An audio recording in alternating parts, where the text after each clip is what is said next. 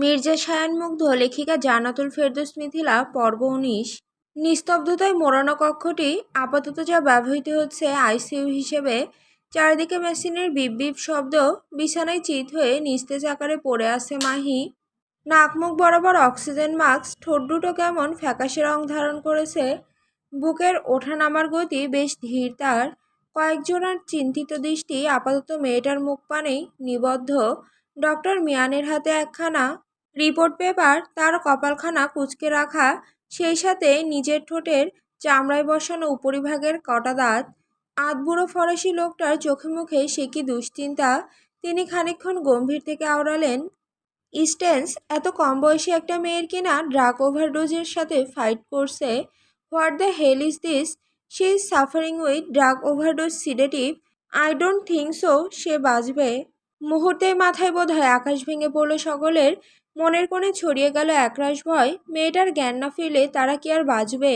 ওই মনস্টার যদি সত্যি সত্যি মেরে দেয় তাদের, তখন? ভয়ে গলা অবধি শুকিয়ে কাঠ সবার। প্রত্যেকেই কেমন হাঁসফাঁস করছে দেখো।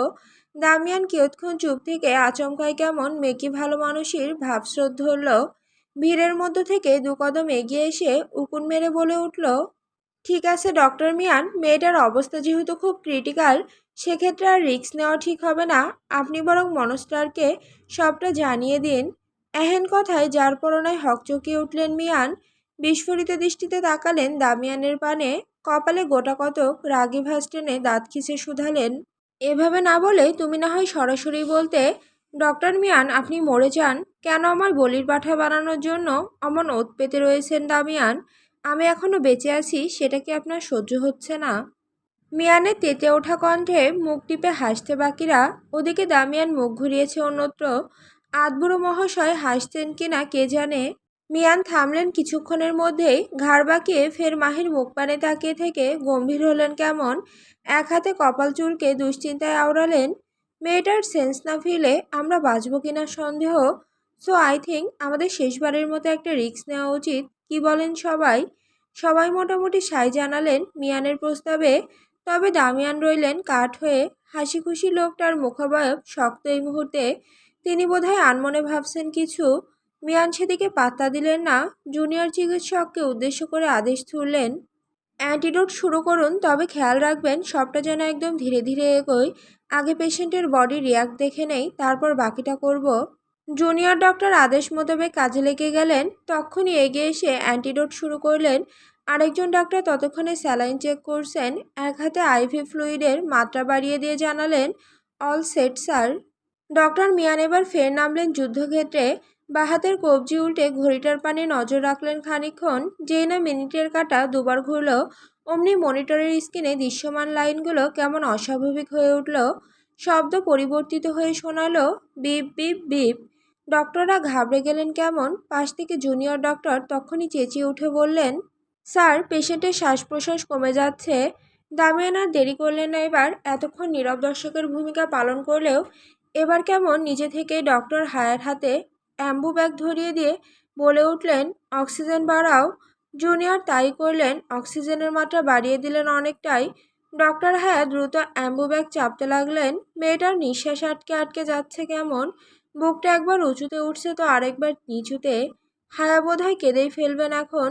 এইটুকুন একটা মিষ্টি মেয়ে, তার সাথে এমন পাশবিক কাণ্ড ঘটাতে গিয়ে একটা বড় বুক কাঁপিনি মেইডেনের। অথচ তিনিও নাকি সন্তানহারা। তবু একটা বাচ্চা মেয়ের কষ্ট বুঝলেন না তিনি। আশ্চর্য। সময়ের কাঁটা পেরোলো মিনিট পাঁচেক। মাহির হার্টবিট এখন বেশ নর্মাল। তবুও ডক্টরদের মুখবয়ব থেকে চিন্তার লেশমাত্র কমেনি। মেয়েটার শরীর থেকে ধীরে ধীরে ড্রাগস বেরোলেও ব্রেনে ঠিকমতো অক্সিজেন পৌঁছাচ্ছে না। এভাবে চলতে থাকলে যে কোনো সময় মেয়েটার ব্রেইন ডেথ কিংবা কোমায় চলে যাওয়ার মতো সম্ভাবনা রয়েছে। আগত বিপদ সংকেত আঁচ করতে পেরে অস্থির সবাই বারবার একে অপরের দিকে মুখ চাওয়াচাই করছেন কেমন। ধূপধাপ জোরালো শব্দে বসতে এক একটা পাঞ্চ। আজ দু হাতে গ্লাভস নেই মনস্টারের। কী সব উদ্ভট ট্যাটু আঁকা মুষ্টিযুগল ইতিমধ্যেই লালচে আকার ধারণ করেছে তার। ফর্সা মুখখানা কেমন লাল হয়ে গেছে। ব্লেডের ন্যায় তীক্ষ্ণতার চোয়াল কটমট করছে কেন যেন। মুগ্ধ একের পর এক শক্ত পাঞ্চ বসাচ্ছে পাঞ্চিং ব্যাগে। মাথাটা তার রীতিমতো ফেটে যাচ্ছে রাগে। হুট করেই তার অত রাগ কেন উঠল? তার হদিশ যেন তার কাছেই নেই। মস্তিষ্কে বারবার বাজছে একটা কথাই, কেন ওই বান্দির মেয়েকে অন্য কেউ ছোবে? কেন ছোবে? তারা জানে না ওই বান্দির মেয়ে শুধু ওর। হোক সে শত্রু, তবুও তো একমাত্র ওর। কথাগুলো ভাবতে ভাবতেই মুগ্ধ হাতের জোর বাড়ালো। এবারে তীব্র জোরে হাতের চামড়াগুলো কেমন থেতলে যেতে লাগলো। যুবকের বিন্দুমাত্র উদ্বেগ নেই সেথায়। সে কেমন কটমট করতে করতে পাঁচ বসাচ্ছে। এরই মধ্যে হঠাৎ তার কানে বেজে উঠল সিদ্ধার্থের বলা কথাগুলো। তোর ভোগে তোর ভাগ বসানোর আগেই আমি ভাগ বসিয়েছি, আধিপত্য দেখিয়েছি ওর ভেতর। কথাটা মনে পড়তেই থেমে গেল মুগ্ধের হাত। দাদার কটমট বাড়ল ক্রমশ। মাথায় এই বুঝি কেউ আগুন ধরিয়ে দিল। মুহূর্ত যেতে না যেতেই ছেলেটা কেমন আঘাতপ্রাপ্ত হিংস্র বাঘের ন্যায় গর্জে উঠল। পুরো বক্সিং ক্লাবের প্রতিটি দেওয়াল জুড়ে প্রতিধ্বনিত হলো সেই গর্জন। সে এবার আর বাদ মানল না। হাত দুটোকে একদম থেতলে নিয়ে পাঞ্চ বসাচ্ছে পাঞ্চিং ব্যাগে। মাথার তালু জ্বলছে তার, মন কিছুতেই ভুলতে পারছে না কথাটা। সে এবার হাতের বদলে পা উঁচায় কিক বসাতে। তবে কাণ্ড দেখো, অত্যন্ত রাগে পাঞ্চিং ব্যাগ বরাবর কিক বসাতে গেলেই হঠাৎ করে তার অক্ষিপটের সামনে ভেসে ওঠে মাহির ক্রন্দনরত নির্মল মুখখানা। প্রবল বেগে ছোটা পাটা কেমন হুট করেই থেমে গেল মুগ্ধের। বেচারা এক পায়ে ভর দিয়ে আরেক পা উঁচিয়ে দাঁড়িয়ে রইল হতবিহ্বলের ন্যায়। মাথা ভর্তি রাগের আগুনে এক পশলা বৃষ্টি নামল কোত্থেকে। মুহূর্তের মধ্যে অবাধ রাগগুলো কেমন পালিয়ে গেল সাইড কেটে। কুঁচকে রাখা হৃদয়ের মাঝে শিথিলতার ছাপ পড়ল বেশ। তার অবচেতন মন উল্টো তাকে প্রশ্ন ছুড়ল, এই মুহূর্তে পাঞ্চিং ব্যাগটা ওই বান্দির মেয়েতে রূপান্তরিত হলো কিভাবে? আর এই বান্দির মেয়ে এভাবে কাঁদছে কেন? মুগ্ধ নামক নির্দয় মানব ফের থমকেছে এক মুহূর্তের জন্য। তার চোখের সামনে এখন পুরোপুরি মাহিকে দেখছে সে। মেয়েটা কাঁদছে, গাল ফুলিয়ে রেখেছে পটকা মাছের মতো। ঠোঁটগুলো সে কি লাল অবস্থা। যুবক আবারও নিজের খেই হারালো। সচল মস্তিষ্কে হুট করেই জং ধরল। সে ধীরে ধীরে নিজের পাটা নামিয়ে আনলো নিচে। হতবুদ্ধির ন্যায় একটু একটু করে এগোয় সামনের দিকে। নিজ অজান্তে হাতখানা কিভাবে কিভাবে উঠে এলো ব্যাগের গায়ে। আলতো করে তাতে স্পর্শ করতেই হঠাৎ ঘোর ভাঙল যুবকের। তড়িৎ বিস্ফোরিত দৃষ্টিতে তাকায় নিজের হাত পানে। কি করছে সে? পাঞ্চিং ব্যাগের গায়ে হাত রাখলো কেন? মুগ্ধ তৎক্ষণাৎ নিজের হাত সরালো। বুকটা কেমন যেন করছে তার। বড্ড অস্থিরতায় হাঁসফাঁস লাগছে। ছেলেটা তখনই শক্ত হাতে নিজের ঘাড়ে হাত বোলালো কিয়ৎক্ষণ। চোখ দুটো বুজে নিয়ে দাঁতে দাঁত চেপে বিড়বিড়িয়ে আওড়ালো, what the fuck am seeing? What the hell is she coming in my imagination? I don't wanna see that bitch. I just hate her. মস্তিষ্ক এবং জেদের অভ্যন্তরীণ দ্বন্দ্বে জড়িয়েছে মানুষটার। সে কি আর জানে সাইকোলজির ভাষায় তার এহেন অবস্থাকে বলে psychological conflict and precise of dark obsession. মন যাকে বারবার ঘৃণা করি বলে আওড়ায়, মস্তিষ্ক ঠিক তার উল্টোটা করে। নিজের অজান্তেই মনের মধ্যে ব্যাপকভাবে তৈরি করে ফেলে এক ভিন্ন অবসেশন, যা চোখে দেখা যায় না, ছোঁয়া যায় না, মাঝে মধ্যে উপলব্ধিও করা যায় না। তবুও তারা মাথাচাড়া দিয়ে ওঠে বারংবার, যার শুরুটা ধরতে পারা খুব সহজ নয়। আপাতত নির্দয় মনস্টারের সাথেও তাই হচ্ছে। সে নিজেও জানে না সে কোন ফাঁদে আটকা পড়েছে। তার মন মস্তিষ্ক এক প্রকার ঘুষ খেয়ে তার সাথে বিশ্বাসঘাতকতায় নেমেছে, অথচ সে খবর তার থোড়ায় আছে। মুগ্ধ কেমন ঘাড় উঁচিয়ে হাঁ করে নিঃশ্বাস ফেলছে। শরীরটা কেমন জ্বলে যাচ্ছে তার, মাথাটা ফেটে যাচ্ছে রাগে। হাত দুটো কাঁপছে রীতিমতো। এই মুহূর্তে মাথা ঠান্ডা করতে হবে তার, না হলে হয়তো আগুন জ্বলবে পুরো পেন্ট হাউজে। শক্তপোক্ত পুরুষ তখনই জোরালো পায়ে এগিয়ে এসে দাঁড়ালো বক্সিং রিংয়ের সামনে। অতপর এক লাফে বেরিয়ে এলো রিং থেকে। তারপর আর কোনো দিক না তাকিয়ে গটগট পায়ে প্রস্থান ঘটালো বক্সিং ক্লাব থেকে। হাত পা কাঁপছে মুগ্ধের, চোখের সামনে সবটা ঝাপসা হচ্ছে ক্রমশ। যুবক তড়িঘড়ি করে ছুটল নিজের নিষিদ্ধ কক্ষে। সম্পূর্ণ কাচের তৈরি বিশালাকার কক্ষটির চারিদিকে দেওয়াল জুড়ে সাজিয়ে রাখা বিদেশি বিভিন্ন ভেরিয়েন্টের ড্রাগস, নামি দামি অ্যালকোহলের বোতল। মুগ্ধ টলমল পায়ে ঢুকলো কক্ষে। ঝাপসা চোখে খানিকটা এগিয়ে এসে হাত রাখলো কাচের দেওয়ালে। অতপর একটানে কাচের দরজাটা ঠেলে দিয়ে সে কেমন উদ্ভ্রান্তের ন্যায় হাতড়ে হাতড়ে দুটো সিরিঞ্জ ভর্তি করলো তরল ড্রাগস দিয়ে। অতপর আর এক সেকেন্ডও দেরি করেনি মনস্টার। দাঁত খিচে তক্ষুনি নিজের বাঁ হাতের মোটা শিরায় বসিয়ে দিল সিরিঞ্জের তীক্ষ্ণ সুচ। ধীরে ধীরে শরীরে ঢুকছে নিষিদ্ধ কিছু। তবুও আর স্বস্তি মিলছে না যুবকের। মাথায় এখনো চলছে তার সবচেয়ে ঘৃণিত মানুষটার কথা। তাকে আরেকজন ছুঁয়েছে এ ব্যাপারটাই যেন মানতে পারছে না যুবক। তাকে বড্ড পোড়াচ্ছে কথাটা। তার উপর হুটহাট ওই বান্দির মেয়ের মুখ কেন দেখছে সে, কেন বারবার চোখের সামনে ভেসে উঠছে মেয়েটা?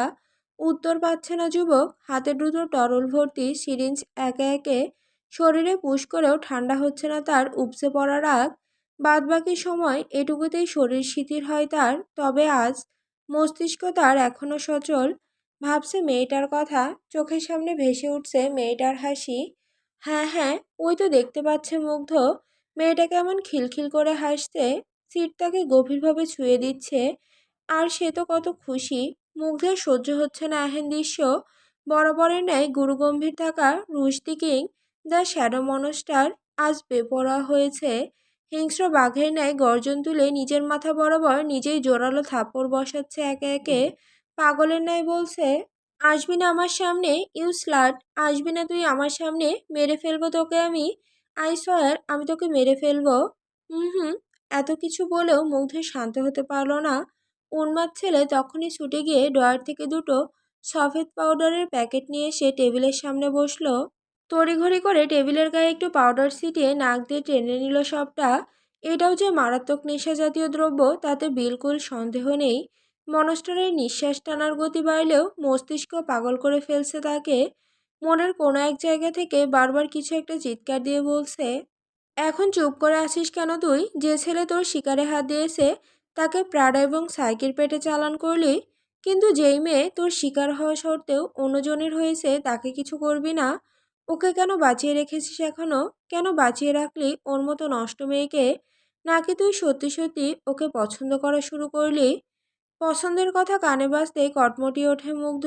স্বচ্ছ কাছের টেবিলে বার কয়েক শক্তপোক্ত পাঞ্চ বসিয়ে আওড়ালো, impossible, I just hate that bitch, I hate her. ও মরবে, খুব শীঘ্রই মরবে আমার হাতে। And this is my words. Excuse me, কে আপনি? আর হঠাৎ এভাবে বাড়ির ভেতর ঢুকে এলেন কেন? বাড়ির দায়িত্বশীল কেয়ারটেকারের ঝাঁঝালো কণ্ঠে থামল না অ্যাডউইন। গুরুগম্ভীর মুখে যুবকের পায়ের কদম এসে দাঁড়ালো অতি পরিচিত বাড়িটার লিভিং রুমের একদম মাঝখানে। তার পিছু পিছু দুজন বডিগার্ড বেশ বড়সড় একটা কার্টুন ঠেলে ঠেলে আনছেন। কার্টুনটা কি সুন্দর গিফট পেপারে মোড়ানো। অ্যাডউইন খানিকক্ষণ গম্ভীর থেকে মুখ খুললেন। দুহাত পকেটে গুজে রাখা তার গায়ে ফ্রেঞ্চ কোট, মাথার চুলগুলো জেল দিয়ে স্পাইক করে রাখা। সে কেমন গমগমে গলায় বাড়ির কেয়ারটেকারকে বলে ওঠে, কল নিকোলাস। বাড়ির কেয়ারটেকার বড্ড গুমড়োমুখী। মনে মনে ভাবছে, হুটহাট চেনা নেই জানা নেই অপরিচিত মানুষগুলো বাড়িতে ঢুকলো কিভাবে? এদের ভেতর আসতে অনুমতি বা দিল কে? কেয়ারটেকার খানিকক্ষণ নিষ্ভাবনায় ডুবে থেকে পা বাড়ালেন সম্মুখে। সিঁড়ির কাছে দাঁড়িয়ে আছেন চারজন কালো পোশাকধারী গার্ডস। কেয়ারটেকার তাদের নিকট এগিয়ে এসে কণ্ঠ উঁচিয়ে বললেন, স্যারকে ডাকুন তো। একজন গার্ড তখনই পা ঘোরালেন সিঁড়ির দিকে। কয়েক লাফে সিঁড়ি ডিঙিয়ে চলে গেলেন দোতলায়। এদিকে অ্যাডউইন কেমন গম্ভীর মুখে চুপচাপ দাঁড়িয়ে আছে। সময় গড়াতে গড়াতে মিনিট পাঁচেক গেল বোধ হয়। এরই মধ্যে দোতলা রেলিংয়ের ধার ঘেঁষে দাঁড়িয়ে কেউ একজন বলে উঠল, আরে অ্যাডউইন যে, দি মনস্টার্স রাইট হ্যান্ড, আজ হঠাৎ আমার আস্থা নাই। অ্যাডউইন মাথা উঁচাই সামান্য। দোতলায় দাঁড়িয়ে আছে নিক, গায়ে সেফ নাইট কোট। অ্যাডউইন ঠোঁটের কোণে বাঁকা হাসি ঝুলিয়ে শেষাত্মক কণ্ঠে বলল, মনস্টার তোমার জন্য একটা গিফট পাঠিয়েছে নিক। কাম অ্যান্ড ডিসক্লোজ দিস। ভ্রুগোটাই নিক, মনস্টার তার জন্য গিফট পাঠিয়েছে? সিরিয়াসলি? এত ভালো কবে থেকে হলো সে? অথচ সে তো এতদিন জানতো মনস্টার সাফ হলে সে হচ্ছে নেউলে। নিক বিচক্ষণতার সঙ্গে কিয়ৎক্ষণ চুপ করে থেকে আচমকা আদেশ ছুড়ল গার্ডদের। কণ্ঠ উঁচিয়ে বলল, গো অ্যান্ড চেক দ্যাট। দুজন বডিগার্ড রয়েস হয়ে এগিয়ে এলেন কার্টুনের দিকে। দুজনের চোখে মুখে স্পষ্ট ভীতি। যদি এই কার্টুনে বোম জাতীয় কিছু থাকে তখন মনের মধ্যে একরাশ ভয়ডর নিয়ে কিছুক্ষণ একদৃষ্টিতে তাকিয়ে থেকে বেচারারা উদ্যত হলেন কার্টুনের বাঁধন খুলতে। ধীর হাতে কার্টুনের গা থেকে বাঁধন খুলে যেই না মুখটা খুলবে, অমনি এক বিকট উটকো গন্ধে গা গুলিয়ে ওঠে গার্ডদের। বেচারা দুটো তখনই ছিটকে পড়লেন মেঝেতে। তড়িঘড়ি করে নাক মুখ চেপে ধরে একযোগে আওড়ালেন, ইয়াক! ওদিকে নিকো কেমন নাক মুখ চেপে ধরেছে তীব্র দুর্গন্ধে। কপালে গোটাকতক সন্দেহভাজন ভাঁজ ফেলে তখনই ঝাঁঝালো কণ্ঠে অ্যাডউইনকে জিজ্ঞেস করে ওঠে, what the fuck he have sent. Edwin Crow হাসল বোধ হয়। জিভটা খানিক ঠোঁটের ওপর নাড়িয়ে চাড়িয়ে বলল, খুলেই দেখো Nick, I hope you would like it. সন্দেহ তীব্র হলো নিকের। যুবক তখনই গটগটিয়ে নেমে এলো সিঁড়ি বেয়ে। কার্টুনের দিকে যত এগোচ্ছে ততই যেন দুর্গন্ধের তীব্রতা বেড়ে যাচ্ছে। নাক মুখ কোনো মতে চেপে রেখে নিক এসে দাঁড়ালো কার্টুনের কাছে। এক হাতে তৎক্ষণাৎ কার্টুনের মুখটা খুলে দিতেই দেখলো কালো রঙা কাপড়ে মুড়িয়ে রাখা কিছু। নিক কেমন গমগমে গলায় গার্ডদের আদেশ ছুড়ল, এটার ভিতর কি আছে বের করো।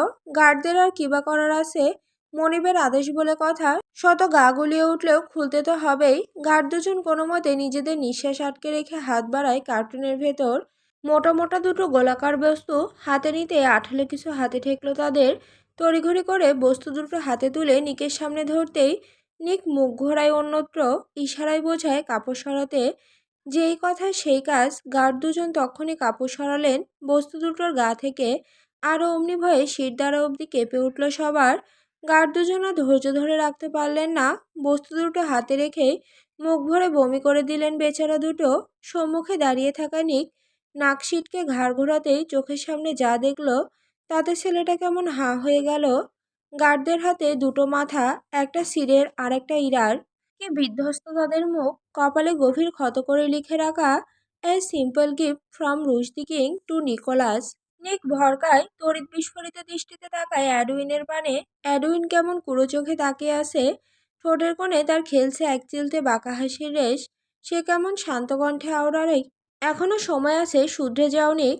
নয়তোবা কোনো একদিন দেখা যাবে তোমার মাথাটা এভাবে অন্যের হাতে থাকবে। নিক শুনল দাঁত কিরমির করতে করতে তখনই চেঁচিয়ে উঠে বলল, গার্ডস হোল্ড দিস মাদার ফাকার। হুকুম তামিল করলেন সবাই।